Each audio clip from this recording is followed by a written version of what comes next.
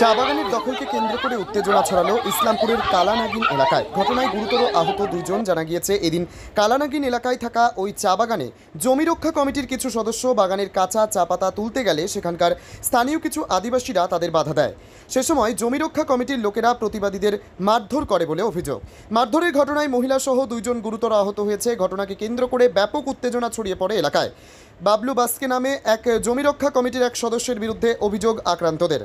আহত দুজনকে ইসলামপুর মহকুমা হাসপাতালে ভর্তি করা হয়েছে, যদিও মারধরের ঘটনা অস্বীকার জমি রক্ষা কমিটির নেতা বাবলু বাস্কের।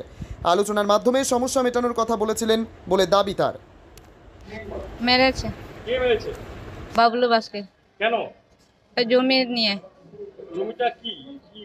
ওরা পাতা তুলতে গেছিল, মানা করতে গেছিলাম। জমিটা কার? আমাদের। বাবলু একা আছে? বাবলুর ও জায়গা তো নাই। হ্যাঁ? ওদের জমি নাই ও জায়গায়। কে মারধর করেছে আপনাকে? ও যে বাবলুই মারছে আমাকে। বাবলু কি? বাস্কে। বাবলু বাস্কে? ওরা কি পাতা তুলতে আসছিল ওখানে? ওরা পাতা অন্যজন তুলতেছিল, আমরা মানা করতেছিলাম। ও আগে হাত করছে। বাবলু বাস্কে কি ওই জমি রক্ষা কমিটির কে হয়? আপনার নাম? মারামাই হেমরা। আমি বলবো, এখানে কারো ব্যক্তিগত জমি আমরা কখনো জমি রক্ষা কমিটিতে কারো ব্যক্তিগত জমি দখলও করিনি। এখানে পুঁজিপতিরা আসছিলো, রাজস্থান না কোথার থেকে আসছিলো। কোম্পানি একটা টাটা বিড়লা জয়শ্রী কুমারিকা টিপ গার্ডেনের একটা কোম্পানি ছিল, ওনার থেকে আমরা 2012 সালে জমিটা পুনরুদ্ধার করি। বেশ ওরা কোম্পানির আন্ডারে প্রায় 30 বছরের ঊর্ধ্বে ছিল।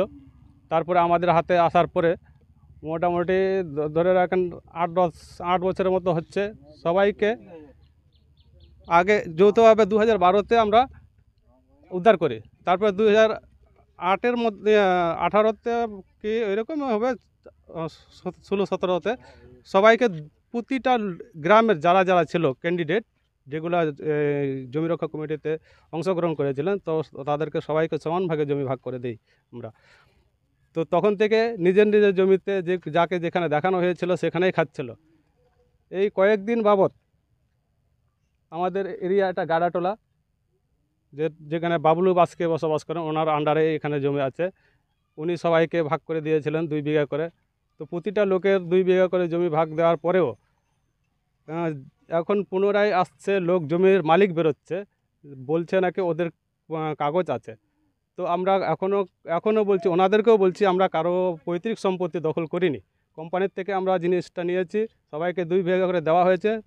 যারা করছেন আজকে প্রতিবাদ করছেন, ওনাদেরকেও জমি দেওয়া হয়েছে 2 বিঘা করে।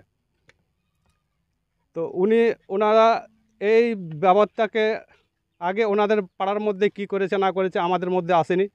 তো আজকে গতকালকে আমাকে জানিয়েছে, গতকাল আমি পূর্ণিয়া গেছিলাম, গতকালকে জানিয়েছিল আজকে নাকি এরা পাতা তুলবে, যেগুলা লোকের নামে জমি দেওয়া হয়েছে ওদেরকে পাতা তুলতে দেবে না।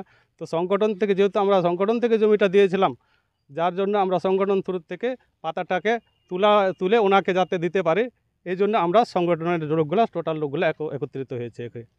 তারা একটা অভিযোগ করেছে যে জমি রক্ষা কমিটি প্রায় 8-10 বছর ধরে এই বাগানে পাতা তুলে খাচ্ছে এবং তাদের জমি ফেরত দিচ্ছে না।